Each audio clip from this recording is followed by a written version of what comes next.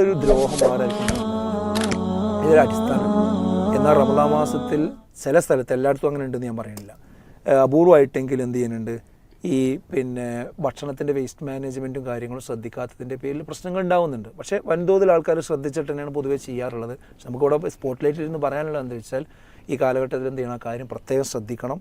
കുടിവെള്ളക്ഷാമത്തിന് വളരെ രൂക്ഷതയുള്ള സമയത്തേക്കാണ് നമ്മൾ മാർച്ച് മാസത്തിലാണ് ഇപ്പോൾ ഉള്ളത്.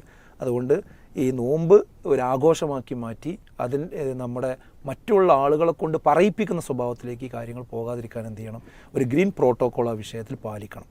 പിന്നെ അതേപോലെ തന്നെ ഹാസിന് കൂടിയാണ് ആ നിലക്ക് പറയാമെന്നല്ലാതെ പറയുന്നോട് എന്ത് ചെയ്യണം, ആ ഒരു വ്യത്യാസം മനസ്സിലാക്കിയിട്ട് ആ കാര്യം പറയേണ്ടതുണ്ട്.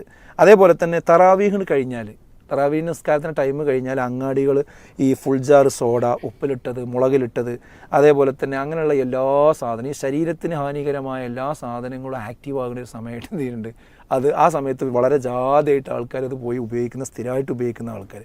ഇപ്പോൾ 18 വയസ്സിന് താഴെയുള്ള കുട്ടികൾ പലരും ഒന്നിച്ച് കട്ടൻ ചായ കുടിക്കാൻ പോകാറുണ്ട് ഒരു പരിപാടിയുണ്ട്. എന്നിട്ട് ഈ റമദാനിൻ്റെ ഏറ്റവും പരിശുദ്ധമായ ദിവസങ്ങൾ അന്ന് അപ്പോൾ എന്താ വെച്ചാൽ സാധാരണ ദിവസം ഞാൻ ടർഫ് പോവുകയാണ്, മറ്റേതിന് പോവുകയാണെന്ന് പറഞ്ഞുകൊണ്ട് ഇറങ്ങിപ്പോരും. അവിടെ റമദാൻ മാസത്തിൽ അതിന് പോകാൻ പാടുണ്ടെന്ന് വെച്ചാൽ റമദാനല്ല, അപ്പോൾ കട്ടൻ ചായ കുടിക്കാൻ പോവുകയാണ്, അല്ലെങ്കിൽ ഫുൾ സോഡ കുടിക്കാൻ പോവുകയാണ്. അതാ ഞാൻ നേരത്തെ പറഞ്ഞ പോലെ എന്തെല്ലാം ശീലങ്ങൾ മാറ്റണോ ആ മാറ്റേണ്ട ശീലങ്ങളൊക്കെ റമദാനിലും നിലനിർത്താൻ റമദാനിൻ്റെ കുപ്പായം അതിനിട്ട് കൊടുത്തുകൊണ്ട് പോകുന്നൊരു സ്വഭാവം എന്തുണ്ട്. അതാണ് ഞാൻ പറഞ്ഞത്, ഔഷധത്തിൽ ഒരിക്കലും എന്ത് ചെയ്യാൻ പാടില്ല, വിഷം ചേർക്കാൻ പാടില്ല. ഈ നോമ്പ് എന്ന് പറയുന്നത് മനുഷ്യനെ നന്നാക്കാനും സംസ്കരിക്കാനുള്ളതാണ്. അത് ഇവിടുത്തെ കമ്പോളം അതിനെയും ആഘോഷമാക്കി ഉപയോഗപ്പെടുത്തുന്നുണ്ട്. അതിൻ്റെ കെണിയിൽ തലവെക്കേണ്ടവരല്ല സമുദായം.